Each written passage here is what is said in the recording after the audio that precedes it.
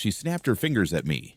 Snap, snap, 2 inches from my nose. Hey, you, the one in the cheap polyester, my water has a speck of dust in it. Replace it. And don't bring me tap water this time. I want Voss, if you even know what that is. She laughed, turning to her friends, 3 women who looked like they were carved out of Botox and malice.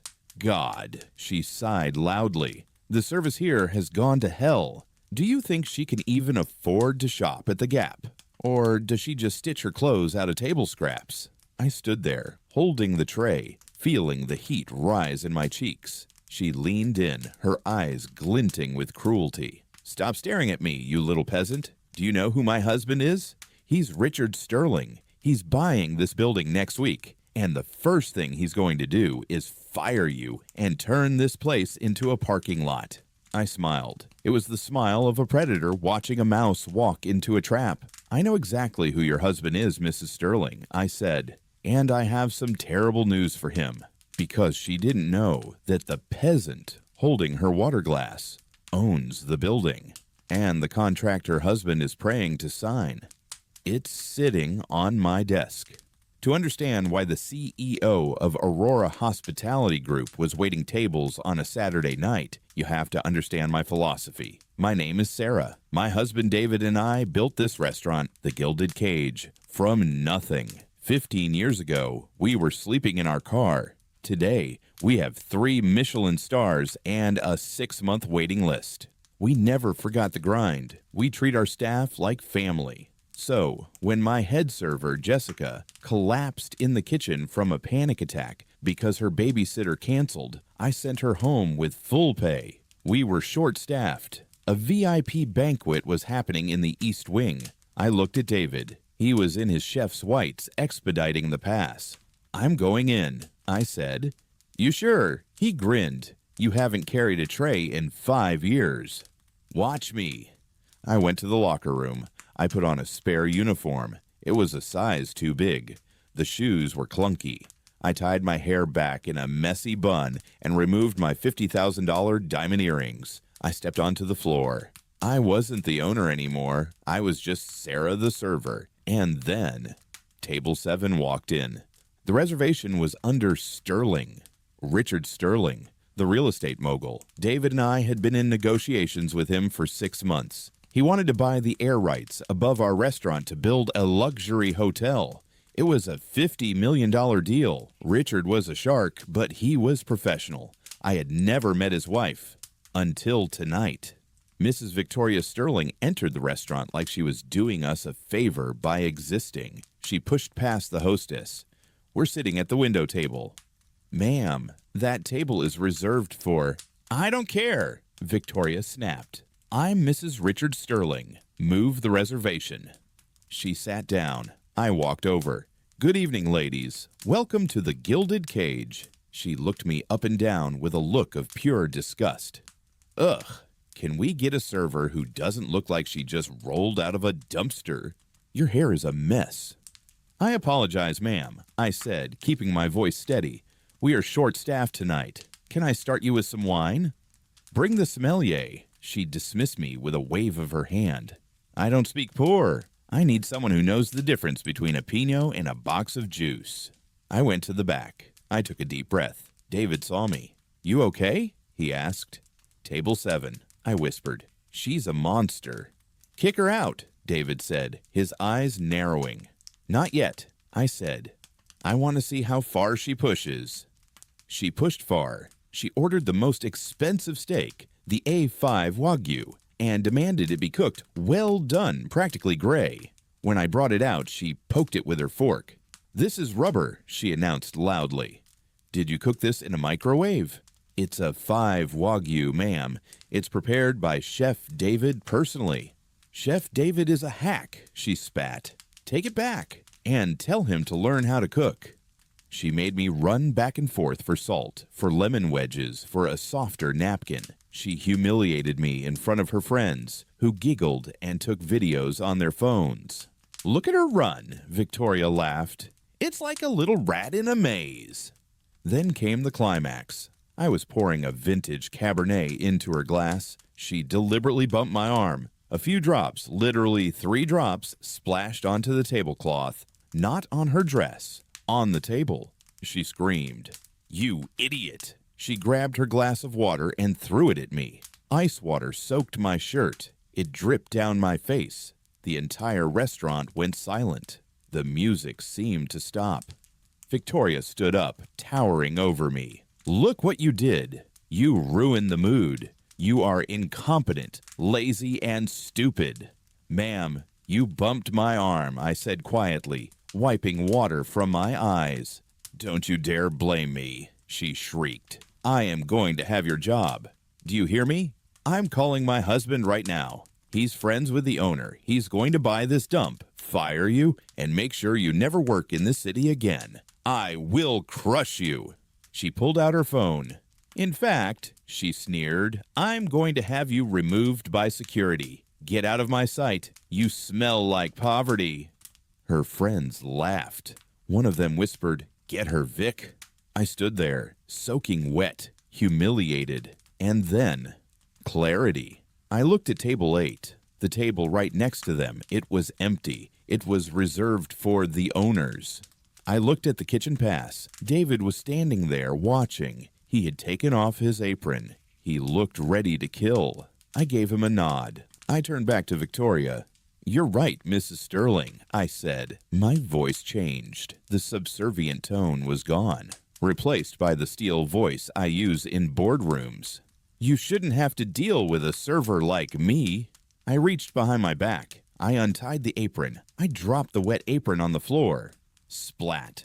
I pulled the hair tie out of my hair. I wiped the water off my face with a cloth napkin from her table. "Hey!"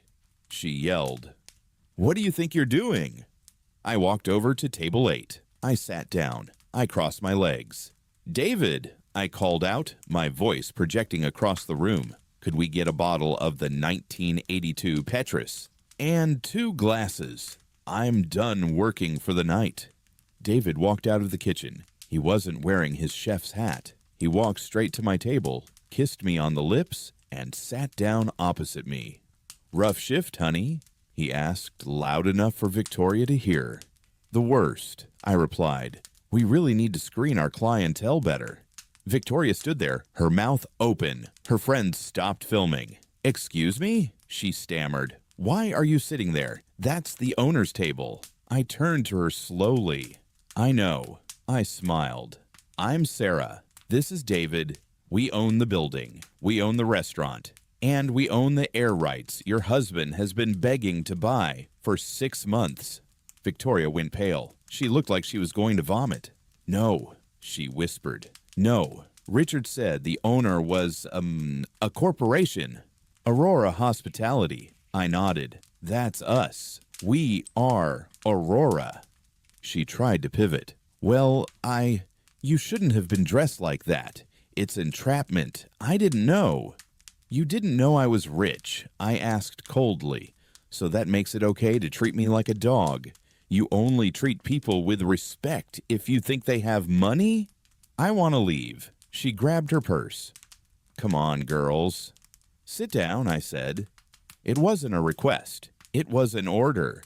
She froze. "You threatened to call your husband," I said, pulling out my phone.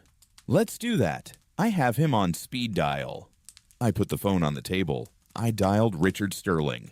I put it on speaker. Ring. Ring. "Sarah." Richard's voice boomed. He sounded excited. "Hi. Did you get the term sheet? I'm ready to sign on Monday. I've got the financing lined up." I looked Victoria in the eye. She was shaking her head, pleading silently. "Hi, Richard," I said. "I'm sitting here at the Gilded Cage." "Great. Is my wife there? I told her to go. Treat her friends." "Yes, she's here," I said. "She's actually standing right in front of me." "Oh, wonderful. Put her on." "In a moment, Richard. First, I need to tell you what just happened. Your wife just threw a glass of water in my face." Silence. "What?" Richard sounded confused. "Sarah, stop joking. She called me a peasant. She said I smelled like poverty. She snapped her fingers at my staff. And she told me, specifically, that you were going to buy this place just to fire me." "Oh my God," Richard whispered. "Richard," I continued, my voice sharp as a knife, "I build my business on culture, on respect. If this is how your family treats people, I cannot in good conscience enter a partnership with you. I don't want your money. I don't want your name on my building." "Sarah, please." Richard was panic-stricken. She's not herself. We can fix this. That deal is worth $50 million. You can't let a misunderstanding kill it." "It's not a misunderstanding," I said. "It's a character flaw. The deal is dead, Richard. Do not call me again." I hung up. The dial tone echoed in the silent restaurant. I looked up at Victoria. Her phone started ringing. It was Richard. She stared at the screen like it was a bomb. Ring, ring, ring. "You just cost him $50 million, I said softly. "I wonder if you will be the one he replaces now." She started to cry, ugly, mascara-running tears. "Please," she sobbed. "Please call him back. He'll leave me. We have a prenup. I'll have nothing." "You should have thought about that before you treated a human being like garbage," David said, speaking for the first time. "Get out." I pointed to the door. "But we haven't paid." "It's on the house," I said. "Consider it a severance package. Get out of my restaurant." She turned to her friends. "Guys, wait for me." Her friends didn't move. One of them, a brunette, looked at her menu. "I think I'll stay, Victoria. I want to try the dessert." "What?" Victoria gasped. "You're staying?" "Well," the friend shrugged, "I don't want to be associated with you right now. It's embarrassing." Victoria stood there, alone, destroyed. She turned and walked the long walk to the exit. Every diner watched her go. As she pushed open the heavy oak doors, the kitchen staff, who had come out to watch, started a slow clap. It grew. The diners joined in. She ran out into the rain. We lost the $50 million deal. My accountant was furious. He said I was crazy to throw away that kind of money over a rude customer. But the next day, the story leaked. One of the diners was a journalist for The Times. The headline, "Hospitality CEO Tanks Mega Deal to Defend Staff." We were booked solid for the next 2 years. People flew in from London and Tokyo just to eat at the restaurant where the owner stood up to a bully. Richard Sterling's company took a hit. Investors pulled out, citing volatility. He filed for divorce 6 months later. And Victoria. I saw her a year later. I was walking into a coffee shop. She was walking out. She wasn't wearing Valentino. She was wearing a generic coat. She looked older, tired. She saw me. She stopped. For a second, I thought she might snap her fingers, but she just looked down at her shoes, cheap, sensible walking shoes, and stepped aside to hold the door for me. "After you," she whispered. "Thank you," I said. I bought my coffee. I left a $100 tip for the barista because you never know who is standing behind the counter. And kindness is the only currency that matters.